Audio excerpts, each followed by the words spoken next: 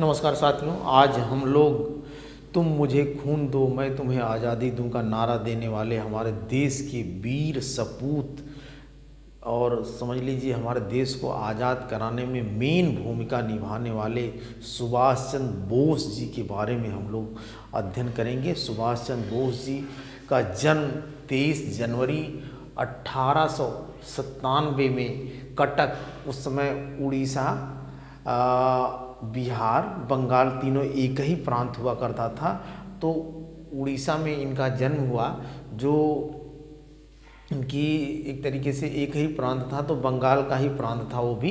इनकी माता का नाम प्रभावती देवी एक कुशल गृहिणी थी और पिता जानकी दास बोस पेशे से एक बहुत बड़े वकील थे और ये एक अमीर परिवार से थे। उस समय इनके पास मतलब कार हुआ करती थी। जब लोगों के पास साइकिल वगैरह नहीं हुआ करती थी तो कार हुआ करती थी आने जाने के लिए। मतलब सारी सुख सुविधाएं इनके घर में थी और पढ़ने में ये बहुत ही तीव्र दिमाग के थे और 15 वर्ष की अवस्था तक ही अपने ये जो है बहुत सारी किताबों का अध्ययन कर चुके थे, क्योंकि उस समय हमारा देश अंग्रेजी शासन के अधीन था। तो इनकी कहीं न कहीं जो है ये चीज़ें थी इनके दिमाग में कि भाई लोग इनके जो खुदीराम बोस जी 16 वर्ष की अवस्था में फांसी के फंदे पे चले गए। और जब चूँकि माहौल ही ऐसा था कि समाचार के माध्यम से, चूँकि ये अमीर खानदान के थे तो रेडियो भी इनके पास थी, समाचार सुनते थे या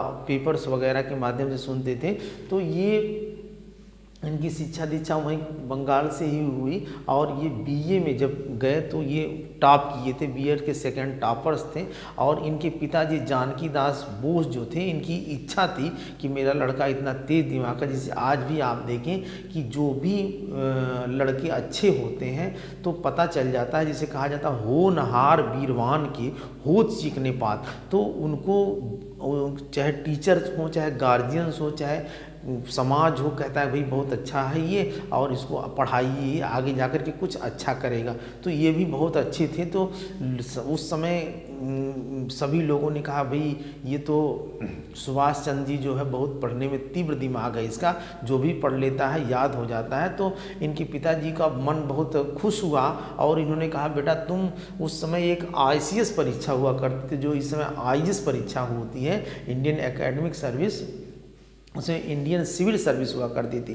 तो अंग्रेज़ों का राज था, अंग्रेज़ों का ज़माना था, वो परीक्षा इंग्लिश में हुआ करती थी। आज तो मान लीजिए हिंदी और इंग्लिश दोनों में लिखने के लिए आ रहा पेपर, लेकिन इंग्लिश में। अंग्रेज़ ये चाहते थे कि ये परीक्षा जो है केवल अंग्रेज ही पास कर पाएँ, यानी एक ज़िले का मालिक, एक समझ लीजिए पूरे रियासत का मालिक हुआ करता था जो सिविल परीक्षा, एक तरीके से स्वर्ग की नौकरी कही जाएगी उस समय की। बंगले होंगे, गाड़ी होंगे, क्या शान शौकत होगी, सारी फैसिलिटी आज भी देख लें हैं, उस समय भी रही होगी। तो उस तरीके से ये वो परीक्षा पास करते हैं। और इनके गुरु जो है सीआर दास, चित्तरंजन दास जी इनके गुरु थे, जो परीक्षा पास करते हैं। यानी 1919 में इनके पिताजी कहते हैं बेटा तुम आईसीएस की परीक्षा पास करो, मेरी ये हार्दिक इच्छा है। तो ये कहते हैं कि ठीक है पिताजी, मुझे 1 साल का मौका आप दीजिए, मैं तैयारी करने जाऊंगा। ये 1919 में जो है 1919 में कहाँ चले जाते हैं, 1919 में लंदन, इंग्लैंड चले जाते हैं और वहाँ 1 साल तैयारी करने के बाद 1920 में जो है ये परीक्षा देते हैं और 4th रैंक इनका आता है, 4था स्थान आता है। क्योंकि परीक्षा पूरे इंग्लैंड और ये पूरे भारत, क्योंकि इंग्लैंड का ही राज था, तो वो परीक्षा होती है और उसमें इनको 4था स्थान आता है। तो बहुत खुशी होती है इनके पिताजी को। तो उस खुशी में ये इनके पिताजी इनको एक गोल्डन घड़ी देते हैं, सोने की एक घड़ी देते हैं। उस घड़ी को अपने ये हर समय पहने रहते हैं, क्योंकि पिताजी की दी हुई गिफ्ट रहती है, तो उसे बहुत याद करते हैं ये। फिर उसके बाद लेकिन ये कहते हैं कि अगर मैं इस नौकरी को करूंगा तो मैं अपने देश को आज़ाद कराने के लिए जो है ये अंग्रेज़ों का गुलाम रहूंगा, तो देश को आज़ाद कराने के लिए जो है आगे संघर्ष नहीं कर पाऊंगा। इसलिए उस नौकरी को ये जो छोड़ देते हैं। जब ये नौकरी को छोड़ देते हैं तो 1919 में आप देखेंगे हमारे देश में जलियांवाला बाग हत्याकांड हुआ रहता है और उसी के बाद जो है उसी से प्रभावित होकर के, एक तरीके से उसी से आघात होकर के हमारे देश में गांधी जी और तमाम नेता जो है असहयोग आंदोलन शुरू करते हैं कि हम किसी भी अंग्रेज़ का सहयोग नहीं करेंगे। तो और उस समय ये भी उसमें आते हैं और उनको ये 1923 में अखिल भारतीय युवा कांग्रेस के अध्यक्ष चुन लिए जाते हैं। अब देखिए कितनी कम उम्र है, एक तरीके से कहा जाए तो चुन लिए जाते हैं, क्योंकि नए लीडर रहते हैं, नया जोश रहता है और इतना पढ़े लिखे विद्वान रहते हैं कि इनके पास इतनी प्रतिभा रहती है कि अपने भाषण से जोश भर देते हैं नए युवकों में और लोग इनको मतलब लाइक करने लगते हैं। फिर 1925 में अंग्रेज इनको पकड़ लेते हैं और एक मांडले जेल रहता है। मांडले जेल एक ऐसा जेल रहता है कि उसमें समझ लीजिए कि इतनी गंदगी रहती है, अच्छा खाना नहीं मिलता है, यानी इतने मच्छर काटते हैं, इतनी कोई व्यवस्था नहीं रहती, अंधेरे में रहना पड़ता है। अगर किसी को वहाँ साल या 2 साल रख दिया जाता मांडले जेल में, अंग्रेज ऐसा जेल बनाए रहते हैं कि तो वो किसी न किसी ऐसी बीमारी से ग्रसित हो जाता था कि वो आदमी ऐसे भी बीमारी से घूट घूट करके मर जाएगा। तो ये मांडले जेल में रहते हैं और इनकी तबीयत खराब हो जाती है, इनको टीबी हो जाती है। तो वो टीबी हो जाती है तो बाहर इनको जो है रिहा कर दिया जाता है। तो 1927 में अंग्रेज इनको रिहा कर देते हैं। फिर 1928 में देखिए कलकत्ता अधिवेशन होता है। तो जब कलकत्ता अधिवेशन होता है तो कलकत्ता अधिवेशन में की जिम्मेदारी ये लेते हैं तो उसमें ये है कि गांधी जी, नेहरू जी और बड़े बड़े लीडर्स को बुलाया जाता है। तो वहाँ पे ये कि कांग्रेस यूथ कोर का ये गठन करते हैं। उसमें 8000 अपने साथियों को, मतलब वहाँ पूरा बंगाल, उड़ीसा, बिहार जितने भी नए युवक रहते हैं उनको इकट्ठा करते हैं और उनको सभी को वर्दी जो है ये एक तरीके से सेना की वर्दी पहना करके, टोपी लगा करके, बिल्ला उल्ला लगा करके लगे कि एकदम जो है हिस्ट पुष्ट एकदम यंग बॉडी वालों को खड़ा करते हैं। और गांधी जी जब वहाँ आते हैं, क्योंकि मुख्य अतिथि गांधी जी को बनाया जाता है, गांधी जी आते हैं तो गांधी जी इनकी व्यवस्था को देख करके जो है ये कहते हैं कि अरे यहाँ बंदरों की फौज खड़ी करने की क्या ज़रूरत थी। गांधी जी हालांकि बहुत नाराज़ होते हैं, लेकिन ये फिर भी उनकी बात का बुरा नहीं मानते, गांधी जी की बात को ये कभी बुरा नहीं मानते हैं। हालांकि गांधी जी को राष्ट्रपिता की उपाधि से संबोधित यही किए थे, रंगून से, रेडियो से। ये लास्ट में बताएंगे आप लोगों को, लास्ट की बातें हैं। तो फिर उसके बाद जो है यहाँ से गांधी जी ने कहा कि बंदरों की सेना खड़ी करने की क्या ज़रूरत थी। हालांकि देखिए गांधी जी और सुभाष चंद्र बोस जी दोनों लोगों का विजन एक ही रहता है, देश को आज़ाद कराना। लेकिन गांधी जी कहते हैं कि हम अहिंसा के रास्ते पे चल करके देश को आज़ाद कराएंगे। लेकिन सुभाष चंद्र बोस कहते हैं कि अहिंसा का पाठ तो अंग्रेज पढ़ते ही नहीं हैं, वो तो हिंसा का रास्ता पकड़ करके हमारे यहाँ जो है राज कर रहे हैं। तो आप अहिंसा की बात करेंगे वो समझेंगे ही नहीं। इसलिए जब तक उनके साथ हिंसा नहीं होगी तब तक हमारा देश आज़ाद नहीं होगा। दोनों लोगों का लक्ष्य एक ही है, लेकिन दोनों लोगों के जो है कार्य करने का तरीका अलग अलग है।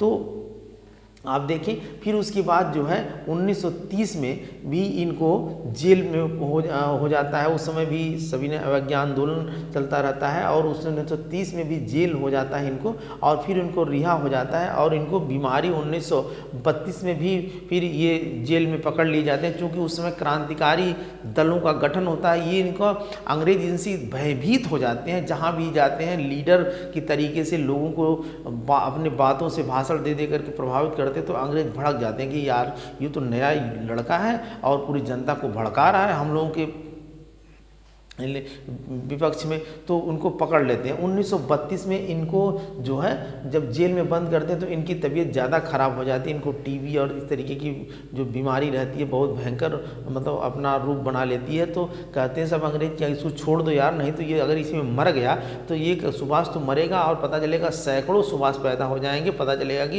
ये जिंदा सुभाष को तो कंट्रोल करना आसान है, मरे हुए सुभाष को कंट्रोल करना आसान नहीं है। तो कुछ लोग अंग्रेज जो कहते हैं इनको छोड़ दो, तो रिहा कर देते हैं। फिर ये 1933 से लेकर के 1936 में यूरोप चले जाते हैं, विशेषकर जर्मनी चले जाते हैं अपनी दवा कराने के लिए। और वहीं 1934 में एमिली नामक जर्मनी महिला से इनकी मुलाकात हो जाती है और वहीं पे इनकी जो है शादी भी हो जाती है एमिली से।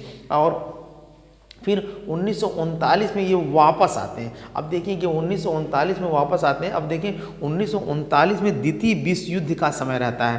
द्वितीय विश्व युद्ध की शुरुआत होती है 1939 में, और 1939 में जब ये वापस आते हैं तो गांधी जी और सुभाष चंद्र जी के बीच जो है थोड़ा सा भाई आते हैं जब, तो जोश खरोश और अच्छा जब ये 3 साल तक यूरोप में रहते हैं तो पूरे राजनीतिक साहित्य का अध्ययन करते हैं। अब वहाँ से आने के बाद और इनके अंदर इनके जोशीले भाषण वगैरह निकलते हैं तो और जनता इनसे प्रभावित होती है। तो वहाँ पे ये जो है कांग्रेस के अध्यक्ष का चुनाव लड़ते हैं 1939 में। तो ये गांधी जी कहते हैं कि मैं चुनाव लड़ूंगा। अब गांधी जी और सुभाष चंद्र बोस जी में जो मतभेद हो जाता है। गांधी जी कहते हैं मैं लड़ूंगा, ये कहते हैं मैं लड़ूंगा। तो गांधी जी कहते हैं अगर तुम जीत गए तो समझ लीजिए कि मैं मेरी हार हुई तो मैं मर जाऊंगा, लेकिन फिर भी ये जो है वहाँ मानते नहीं हैं, कहते हैं नहीं मैं चुनाव लड़ूंगा। और इसके बाद जो है गांधी जी जब समझ जाते हैं, बहुत चालाक हैं गांधी जी, जब समझ जाते हैं कि अब ये मानेगा नहीं, ये नया लड़का जो है लड़ेगा क्योंकि इसके जो है नया खून है, तो इसके बाद जो है ये एक सीता यानी पट्टा भी सीता रमैया जो साउथ के रहते हैं उनको खड़ा कर देते हैं। तो पट्टा भी सीता रमैया जी हार जाते हैं। सुभाष चंद्र बोस जी जो है 203 वोटों से जीत जाते हैं। और अच्छा उसकी जो 14 सदस्य होते हैं, तो जब गांधी जी की यानी अब समझ लीजिए सीतावन पुट्टा में पट्टा भी सीता रमैया जब हार जाते हैं तो समझ लीजिए गांधी जी की ही हार होती है। तो वो जो है जब गांधी जी की हार एक तरीके से हो गई तो जिसमें 14 सदस्यों में से 12 सदस्य, उस गठन को जो करने के लिए 14 सदस्य रहते हैं, 14 सदस्य जो 12 सदस्य जो है 12 सदस्य इस्तीफा दे देते हैं, इस्तीफा दे देते हैं, केवल बचते हैं 2 सदस्य। तो फिर कहते हैं 2 सदस्य लेकर के हम क्या करेंगे, तो ये सुभाष चंद्र बोस भी इस्तीफा दे देते हैं। अब इनका विजन क्या रहता है फिर उसके बाद कि हमको देश को आज़ाद कराना है। गांधी जी और इन लोगों के से बहुत मतलब तो रहता नहीं, गांधी जी की भी सोच वही रहती है। अच्छा देखिए यहाँ 2 लोगों का मतलब तीनों लोगों का मत, एक तो गांधी जी और ये सुभाष जी और नेहरू जी, 3 लोगों की मुख्य भूमिका रहती है। तो गांधी जी कहते हैं कि हमारा उद्देश्य देश को आज़ाद कराना, नेताजी भी कहते हैं यानी सुभाष चंद्र बोस भी कहते हैं देश को आज़ाद कराना, ये भी कहते हैं देश को आज़ाद कराना। लेकिन गांधी जी कहते हैं कि भाई अब देखिए जब 1939 में थोड़ा सा ध्यान देंगे आप, 1939 में द्वितीय विश्व युद्ध की शुरुआत होती है जिसमें जर्मनी, इटली और जापान ये सब एक तरफ रहते हैं, बाकी ब्रिटेन और सारे देश जो एक तरफ रहते हैं। तो ब्रिटेन की हार होती रहती है। तो ये कहते हैं गांधी जी कहते हैं कि इसमें ब्रिटेन हार रहा है क्योंकि यहाँ के 20 सैनिक ब्रिटेन की तरफ से लड़ने के लिए जो है जो द्वितीय विश्व युद्ध में जाते हैं। तो गांधी जी और सपोर्ट करते हैं यहाँ के मतलब कि ये हमारा, हालांकि ब्रिटेन के लोग मतलब अंग्रेज हमारे दुश्मन तो थे ही, लेकिन फिर भी गांधी जी का ये सोच रहती है कि अगर हमारा दुश्मन परेशानी में है तो हमको उसको सपोर्ट करना चाहिए। गांधी जी ये सोचते हैं। लेकिन यही नेताजी मतलब सुभाष चंद्र बोस जी कहते हैं कि अरे हमारा दुश्मन है, वो अगर वो परेशानी में है तो उसका फ़ायदा हमको उठाना चाहिए और उसको मार करके जो है हमको जीत लेनी चाहिए। अब ये बहुत अच्छा चांस है क्योंकि ये क्या ब्रिटेन हार रहा है और हम जर्मनी से मिल करके यहाँ से भी इसको हरा देंगे तो ब्रिटेन जो है यहाँ से यानी यहाँ ब्रिटेन वाले यहाँ से भाग जाएंगे। तो इसी में मतभेद रहता है। दोनों लोगों का लक्ष्य एक है देश को आज़ाद कराना, लेकिन गांधी जी कहते हैं नहीं दुश्मन कमज़ोर है तो उसकी सहायता करो, ये कहते हैं दुश्मन कमज़ोर है तो उस पर वार करो। लेकिन नेहरू जी कहते हैं एकदम तटस्थ रहो भैया, कुछ मत करो, जो होगा देखा जाएगा। नेहरू जी बहुत ही चतुर, एक तरीके से बहुत ही पॉलिटिकल माइंड रहता है उनका, वो बहुत ही चालाक रहते हैं और तटस्थ रहते हैं। अब देखें आप कि वहाँ से फिर क्या होता है कि ये सुभाष चंद्र बोस जी को फिर जेल में पकड़ लिया जाता है। जेल में 1940 में इनको जेल में बंद कर दिया जाता है क्योंकि ये जो है पूरी जनता को भड़का देते हैं एकदम कि भाई हम हमारा देश आज़ाद कराने के लिए जो है सभी लोग एक हो जाइए, यानी दंगाएं होते रहती हैं। इनको जेल हो जाता है। अब ये जेल हो जाता है तो ये फिर इनकी ये भूख हड़ताल कर देते हैं, 14 दिन की भूख हड़ताल करते हैं। और तो उसमें अंग्रेज फिर घबरा जाते हैं कि अगर ये मर गया तो बड़ा बवाल हो जाएगा, ये नया लीडर है और जनता इसके फेवर में इतनी ज़्यादा है। अच्छा उस समय ब्रिटेन में भी स्थिति खराब रहती है, अंग्रेज यहाँ भी स्थिति खराब रहती है, तमाम आंदोलन हुआ करते हैं।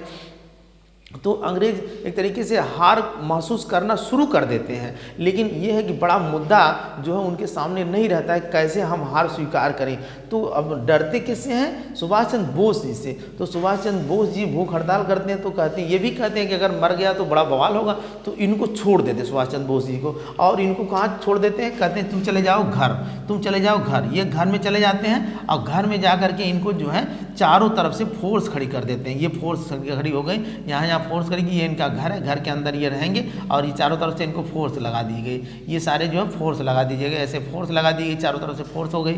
और ये क्या करते हैं कि ये एक अफ़गान जियाउद्दीन नामक अफ़गान का भेष बना करके, एक मुस्लिम अफ़गानी का भेष बना करके, एक तरीके से बड़ी सी टोपी और दाढ़ी बढ़ा करके और पूरा वो अफ़गानी ड्रेस पहन करके रात में ही, देखिए इनकी, अब उस समय 1941 में ये जो है अपने एक भतीजे शिशिर बोस, रास बिहारी बोस इनके भाई का जो लड़का रहता है, शिशिर बोस से कहते हैं, वो भी इनकी सहायता करता है। इनके पास कार तो रहती ही है, कार से जो है इनको कहाँ ले जाता है, यानी वहाँ से इनके मानी बंगाल से ले जाकर के वो छोड़ता पेशावर मतलब कि पाकिस्तान, इस समय का पाकिस्तान, पेशावर ले जाता है। तो अब इनके घर के पूरे सदस्यों को पता भी नहीं चलता है, इनके घर के, इनकी माता और इनकी चाची वगैरह जो भी रहती हैं, वो लोग कहती हैं कि ये कहते हैं कि मैं सन्यासी बन जाऊंगा, मतलब कि एक अपने घर में एक छोटा सा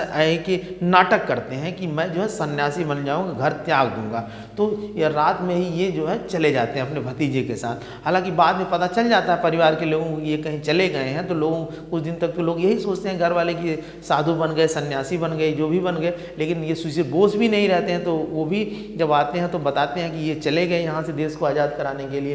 तो ये कहाँ जाते हैं, पेशावर, पाकिस्तान। अब वहाँ जब जाते हैं तो अब देखेंगे भाई, यहाँ से अभी पेशावर तो जाने के से पहले ही जियाउद्दीन भेष बना करके कहाँ जाते हैं, पेशावर पाकिस्तान जाते हैं। और वहाँ जाने के बाद इनसे एक मिलते हैं, क्योंकि उस समय पाकिस्तान और भारत सब एक ही रहता है।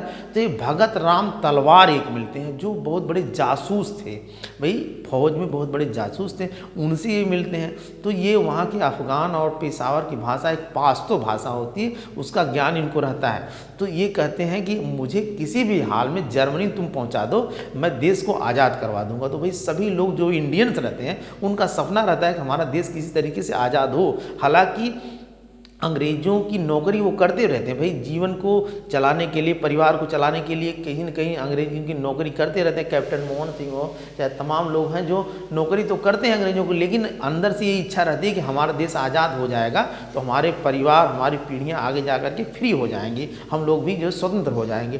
तो ये भगत राम तलवार जो है, ये भी मुस्लिम का भेष, रहमत अली का नाम इनको कहता है कि मेरा नाम रहमत अली है और तुम्हारा नाम जियाउद्दीन है, और मुझसे कोई पूछेगा तो मैं कहूँगा कि मैं इसका मामा हूँ, तो मेरा भांजा बन जाओ, मैं तुम्हारा मामा बन जाऊँगा।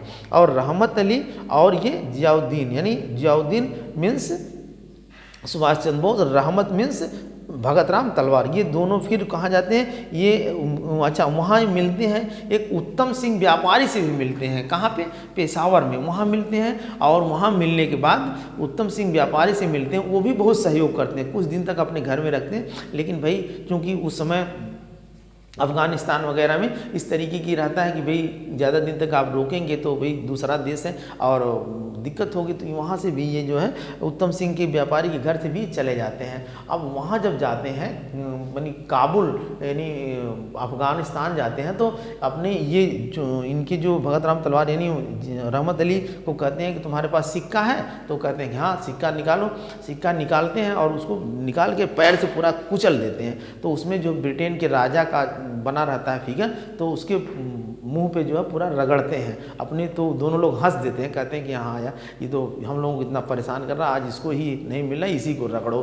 तो इस तरीके से ये अच्छा सबसे मतलब अब उस सफ़र में 52 दिन लगभग काबुल में ये बिताते हैं। तो वहाँ पे देखें कि भाई बॉर्डर वगैरह क्रॉस करना, पाश्तो भाषा इनको आती है, किनको, रहमत अली को, यानी भगत राम तलवार को।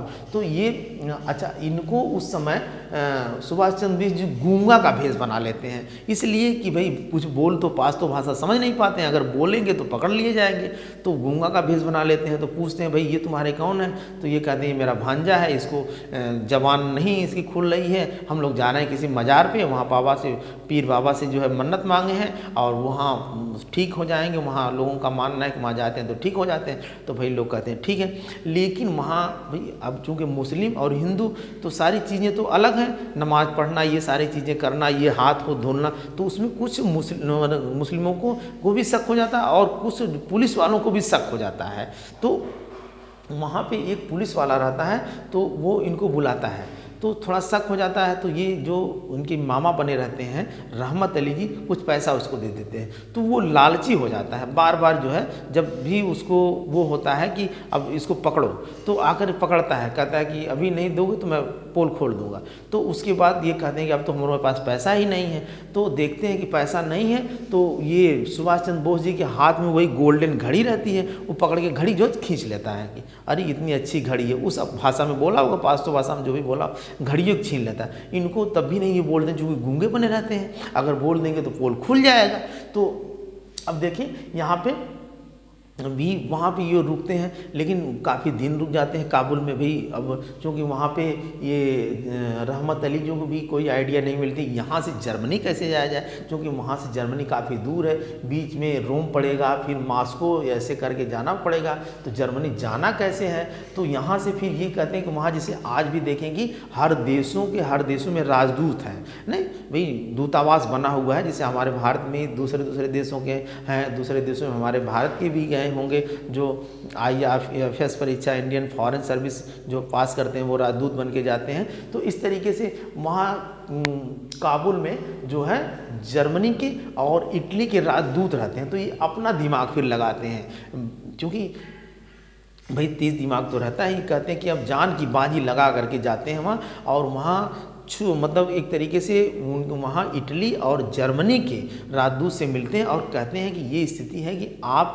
भी के ऊपर भी ब्रिटेन अटैक कर रहा है, आपका भी दुश्मन है, इटली का भी दुश्मन है और जर्मनी का भी दुश्मन है और हमारा भी दुश्मन है, हम भी उससे आज़ादी चाहते हैं और आप लोगों के ऊपर भी अटैक कर रहा है। तो वो लोग जो है जर्मनी और इटली के दूतावास जो है इनका एक पासपोर्ट बनवाते हैं किसी तरीके से, और कहते हैं ये हमारा आदमी है, इनको किसी तरीके से जर्मनी जाना है, तो पासपोर्ट इनका बन जाता है। अब वहीं से देखिए ये सुभाष चंद्र बोस जो उस पासपोर्ट से आते हैं मास्को से फिर रोम आते हैं, रोम से फिर कहाँ जाते हैं जर्मनी। अब जर्मनी जाते हैं तो भाई जर्मनी 1941 वगैरह में ये जर्मनी पहुंच जाते हैं, लेकिन जर्मनी पहुंच करके इतनी जल्दी तो हिटलर से बात हो नहीं पाएगी। अब एक छोटी सी कहानी है कि हिटलर इतना वो रहता है कि हिटलर से मिलना बड़ा मुश्किल रहता है, बहुत ही समझ लीजिए कि एक तरीके से तानाशाह हिटलर रहता है, और हिटलर कई बेस बना के आता है, 8-10 बेस बना के आता है। तो जब बार आता है तो सुभाष चंद्र बोस भी इतने माइंडेड रहते हैं, वो समझ जाते हैं कि नकली हिटलर है। जब असली हिटलर आता है तभी उठ करके हाथ मिलाते हैं, तब ये मान जाता है, और वहीं पे हिटलर ही जो है सुभाष चंद्र बोस जी को नेताजी की उपाधि देता है, मतलब नेताजी से शब्द से संबोधित करता है। जी हम लोग आज कहते हैं कि हमारे देश के नेताजी के नाम से किन्हें जाना जाता है, सुभाष चंद्र बोस जी को जाना जाता है। 1942 में, अब देखें कि उनसे मिलने में 1 साल बाद हिटलर इनसे मिलता है 1942 में। अब हिटलर कहता है कि देखो हम तो यहाँ से जर्मनी, अच्छा उसमें जर्मनी जीतता रहता है, बहुत तेज जीतता रहता है। 1942 में ब्रिटेन हारता रहता है। तो जर्मनी जब जीतता है तो भाई उद्यबंदी हुआ करती है, उद्यबंदी कि हमारे देश के ही जो ब्रिटेन के सैनिक होते हैं, मतलब ब्रिटेन हमारा देश पे कब्जा अंग्रेजों का, हमारे देश के ही सैनिक जा करके ब्रिटेन की तरफ से इटली और जर्मनी से लड़ रहे होते हैं। तो जर्मनी चूँकि हावी रहता है हिटलर, तो जितने भी 34,000 सैनिकों को यूँ पकड़ लेता है, भाई ब्रिटेन के 34,000 सैनिकों को पकड़ लेता है। तो उसमें 34,000 जो सैनिक पकड़े जाते हैं वो सब रहते हैं भारतीय, तो भारतीय रहते हैं। तो वो अब वहाँ पे इनको एक 34,000 सैनिकों की एक फौज मिल जाती है। तो अब वहाँ के जो भाई 34,000 सैनिक जो अभी तो वो ब्रिटेन के ही हैं, मतलब ब्रिटेन के की बात ही मानेंगे, लेकिन जब यहाँ सुभाष चंद्र बोस वहाँ पहुँचते हैं और अपनी बातों से वहाँ लोगों को, वहाँ के सैनिकों को कहते हैं कि देखो मैं इंडियंस हूँ और वहाँ से ऐसे ऐसे आया हूँ अपने देश को आज़ाद कराने के लिए, और तुम लोग तो खैर उनकी नौकरी कर रहे हो ब्रिटेन की, लेकिन तुम लोग भी इंडियन हो, हमारा विजन तुम्हारा विजन एक ही है, तुम हमारे साथ हो जाओ और हम ये जो है सेना का संगठन, एक सेना बनाएंगे और सेना बना करके वहाँ के ब्रिटेन मतलब अंग्रेजों को हरा करके जो है अपना देश आज़ाद कराएंगे। तो वो सब बात मान जाते हैं, इनके पास एक बहुत बड़ी सेना हो जाती है। और वहीं भी मिल जाते हैं इनको कैप्टन मोहन सिंह जो है जो है ये एक सबसे पहले जो है कैप्टन मोहन सिंह आज़ाद हिंद फौज की स्थापना करते थे। तो कैप्टन मोहन सिंह और रास बिहारी बोस ये लोग मिल जाते हैं सुभाष चंद्र बोस जी से। रास बिहारी बोस जी भी जा करके, अब देखिए रास बिहारी बोस जी मिलते हैं जापान में। अब देखिए ये हिटलर कहते हैं इनको सुभाष चंद्र बोस जी की कि आप कहाँ चले जाओ, जापान, क्योंकि मैं जर्मनी से संभाल रहा हूँ, जापान थोड़ा सा कमज़ोर है, वहाँ जा करके वहाँ से तुम, वहाँ भी बहुत सारे इंडियंस हैं जो हम कैद किए हैं, वहाँ भेजे हैं, तो वहाँ से ले लो। तो वहाँ जाते हैं जापान से, पहले सुमात्रा जाते हैं, सुमात्रा से फिर जापान जाते हैं, वहाँ मिलते हैं पीएम, वहाँ के पी जापान में तोंजो से मिलते हैं। तो जो भी जापान का पीएम इतना प्रभावित हो तोंजो, इनको समुराई की उपाधि दे देता है। कभी कभी क्वेश्चन आता है कि समुराई की उपाधि से किसने सुभाष चंद्र बोस को कहा था, तो वो कहते हैं अब समुराई मतलब एक तरीके से बहुत ही हिष्ट पुष्ट, बहुत ही बलवान, बहुत ही शक्तिशाली, जो दोनों हाथों में तलवार लेके लड़ता है, उसको समुराई कहते हैं। तो कभी कभी आता है कि समुराई शब्द, हालांकि ये चीज़ें जो है जीएस के लिए भी है ज़रूरी, और ये कि नए युग के नए लोगों को जानकारी के लिए भी है कि हम इन लोगों के बारे में जाने, भगत सिंह के बारे में जाने, सुभाष चंद्र बोस जी के बारे में जाने, खुदीराम बोस के बारे में जाने, मंगल पांडे जी के बारे में जाने, जो हमारे देश को आज़ाद कराने में चंद्रशेखर आज़ाद हो गए। तो इन लोगों के बारे में जाने के भी हमारा इतिहास क्या है। जो व्यक्ति अपना इतिहास नहीं जानता वो कभी समझ लीजिए कभी सक्सेस नहीं हो पाता, ये कह ले। लोगों का कहना है और सही भी है कि हमको अपने इतिहास को जानना चाहिए। अब देखेंगे भाई कहाँ जाते हैं, जापान। अब जापान से रास बिहारी बोस इनको मिल जाते हैं, हार्डिंग के ऊपर ये बम फेंके रहते हैं, और वहाँ से भाग करके किसी तरीके से भेष बदल करके जापान में जा करके वहीं बस जाते हैं रास बिहारी बोस जी। और फिर कैप्टन मोहन सिंह मिल जाते हैं, एक कैप्टन मोहन सिंह और रास बिहारी बोस और सुभाष चंद्र बोस आज़ाद हिंद फौज का गठन करते हैं। अब आज़ाद हिंद फौज का गठन 34,000 सेना से तो हो नहीं पाएगा, जहां लाखों लाख की सेना है वहां 34,000 सेना तो हो नहीं पाएगी। तो वहां कुछ और सैनिकों को लेते हैं, जिसमें 60 से 70 हज़ार इनकी सेना बनाई जाती है। और वहीं पे ये सुभाष चंद्र बोस जी, जो भाई बहुत सारे इंडियंस भी वहाँ रहते हैं, तो लोगों से कहते हैं कि इंडियंस के लोगों से कहते हैं कि तुम मुझे खून दो, मैं तुम्हें आज़ादी दूंगा। मतलब कि नए अपने लड़कों को दो तो मैं आज़ादी दूंगा। तो औरतें जो रहती हैं तो अपने लड़कों को मतलब कहती हैं हाँ तुम सेना में चले जाओ, लड़ने के लिए जाओ।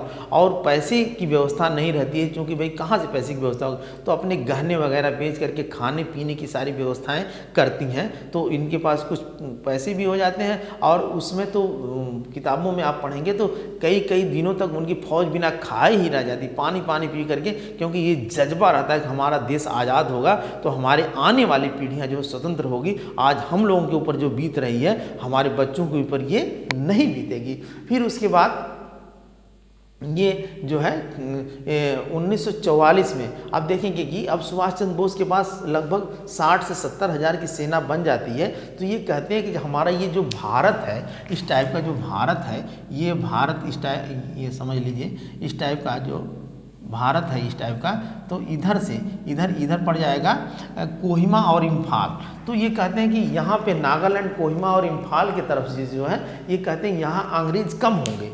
तो इन्होंने ये मतलब सुभाष चंद्र बोस जी ये राय बनाते हैं कि हम इधर से अटैक करेंगे, और अगर भारत में पहुँच गए, जहाँ पहुँच करके एक क्षेत्र नागालैंड, कोहिमा, इम्फाल, इन समूह पे अगर थोड़ा सा अपना एक जड़ बना लिए तो वहीं से फिर तो वहाँ के लोग हमारे साथ हो जाएंगे, फिर धीरे धीरे हम अंग्रेज़ों को हरा देंगे। लेकिन होता क्या है, परिस्थितियाँ बड़ी विपरीत हो जाती हैं। 1945 में मानसून इनका साथ नहीं देता है, क्योंकि 2 महीने बाद बारिश होने की मानसून आने वाला होता है, लेकिन 2 महीने पहले ही मानसून आ जाता है और बारिश बहुत भयंकर हो जाती है, दिनों रात बारिश होती है, मच्छर पैदा हो जाते हैं। और मच्छर की वजह से जो हमारे 60-70 हज़ार फौजी रहते हैं, इनके बीच रोग मलेरिया हो जाता है, काफ़ी लोग मरने लगते हैं। अच्छा, लेकिन ये सुभाष चंद्र बोस थे कि यहाँ अंग्रेज कम होंगे, लेकिन होता नहीं है ऐसा। अंग्रेज को किसी न किसी माध्यम से ये पता चल जाता है कि यहीं से जो है एक फौज आने वाली सुभाष चंद्र बोस की।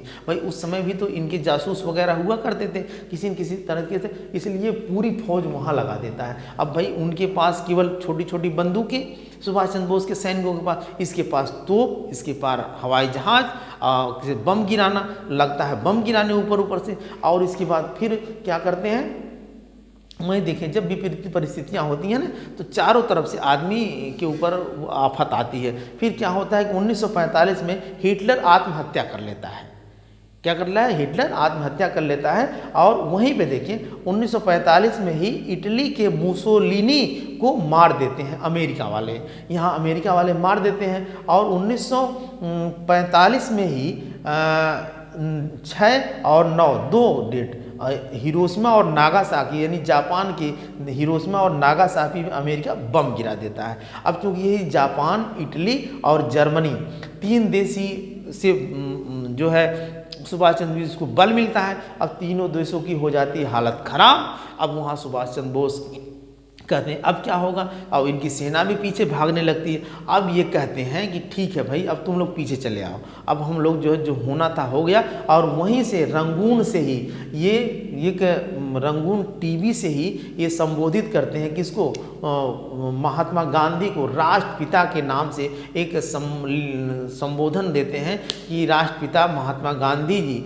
देश को आज़ाद कराने के लिए हमारा जो योगदान था, हम अपना योगदान किए, इसके आगे का योगदान आप लोग करिएगा। अब हम लोग जो है जो करना था किए, विपरीत परिस्थितियों की वजह से आगे हम जो है नहीं कर पा रहे हैं, यानी आगे हम आपके हवाले कर रहे हैं देश को। तो इस तरीके से जो है नेताजी को यहाँ से फिर ये अब ये होता है कि भाई नेताजी कहाँ जाएंगे, तो ये होता है कि हम जितनी भी फौजी रहती हैं कहते हैं हम लेकर के फिर जापान चले जाएंगे। तो जापान वाले जो प्लेन लेके आते हैं तो कहते हैं नहीं, केवल 2 ही लोग जाएंगे, एक प्लेन में केवल 2 ही लोग जाएंगे।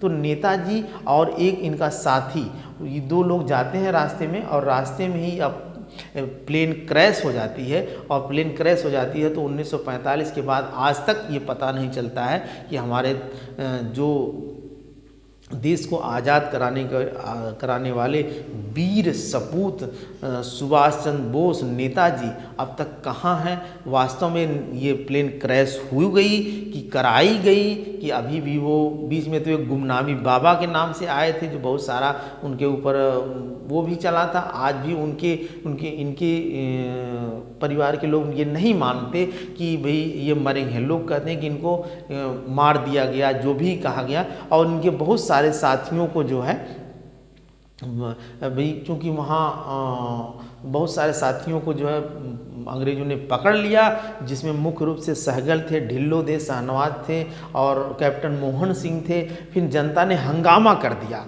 तो उनके बाद इन लोगों को भी छोड़ दिया गया। तो ये लोग जो इन लोगों को देशद्रोही कह दिया गया था।